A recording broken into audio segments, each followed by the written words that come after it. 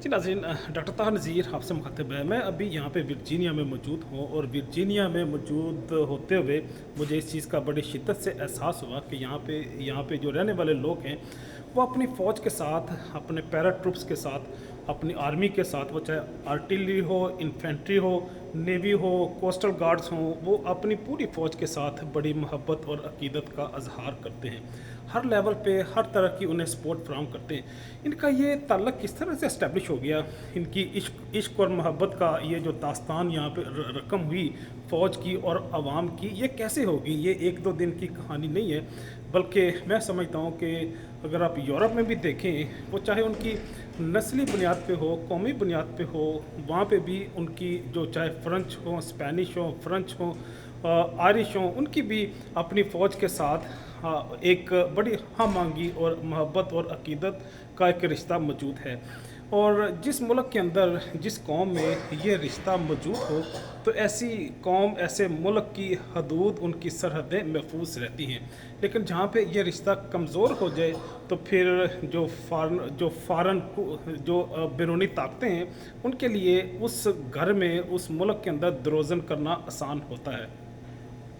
अगरचा मैं इस फ़िलासफ़ी का बहुत ज़्यादा कायल नहीं हूँ, मैं समझता हूँ कि पूरी इंसानियत हम एक कुंबा है और ये इन्होंने जगह जगह पे जो ममालक, जो सियासी तकसीम की हुई है, जो खूनी लकीरें इन्होंने खींची हुई हैं, जो पॉलिटिकल बाउंड्रीज़ हैं, मैं बहरहाल इसका कायल नहीं हूँ। पूरी इंसानियत एक जैसी है, हर बंदे को मूवमेंट का, सियाहत का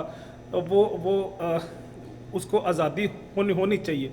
तो Pakistan, Afghanistan, India, America, USSR, हर जगह पे हर शख्स को जाने का इस्तेकाक होना चाहिए। ठीक है, आप मैनेजेरियल एतबार से चीज़ों को ऑर्गेनाइज़ कर लें, लेकिन किसी को किसी भी सतह पे, किसी भी लेवल पे उसकी सियाहत से वहाँ पे जाने पे वो कोई कदगन नहीं होनी चाहिए। लेकिन बहरहाल यहाँ पे जो बात मैं करना चाह रहा हूँ वो ये है कि अमेरिका के अंदर जो फोर्सेस के साथ इन लोगों की बड़ी एक मज़बूत रिश्ता मौजूद है और इनकी कामयाबी का राज भी शायद यही है कि ये लोग अपनी फ़ौज से, अपनी जो अस्करी ताकत है उससे बड़ा प्यार करते हैं। तो जो साउथ कोरिया की जो वार हुई थी, जिसमें अमेरिकन फोर्सेस ने पार्टिसिपेट किया था, उनकी कई सारी चीज़ें भी उन्होंने यहाँ पे डिस्प्ले की हुई हैं, वो मैं आपको यहाँ पे दिखाना चाहूँगा। ये पीछे भी उसके कई सारे रेमिनेंट्स हैं, अगर चाहिए सिविलाइजेशन और कल्चरल चीज़ें भी हैं, लेकिन उसके साथ साथ इन्होंने जो एमुनेशन, वेपन्स या जो और चीज़ें इस्तेमाल हुई, वो भी इन्होंने यहाँ पे डिस्प्ले की हुई हैं।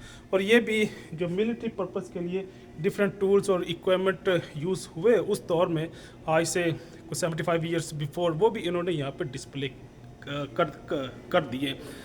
तो उस दौर के जो वार वेटरन्स हैं, जो जंगी कैदी हैं या जंग में जो बच के आ गए, उनको भी ये लोग बड़ी ऑनर करते हैं और उनको वार वेटरन की एक स्पेशल पोजीशन या स्पेशल रिकग्निशन है इस मुल्क के अंदर और उनको बड़ी ऑनर दी जाती है, रिस्पेक्ट दी जाती है और देनी भी खैर चाहिए।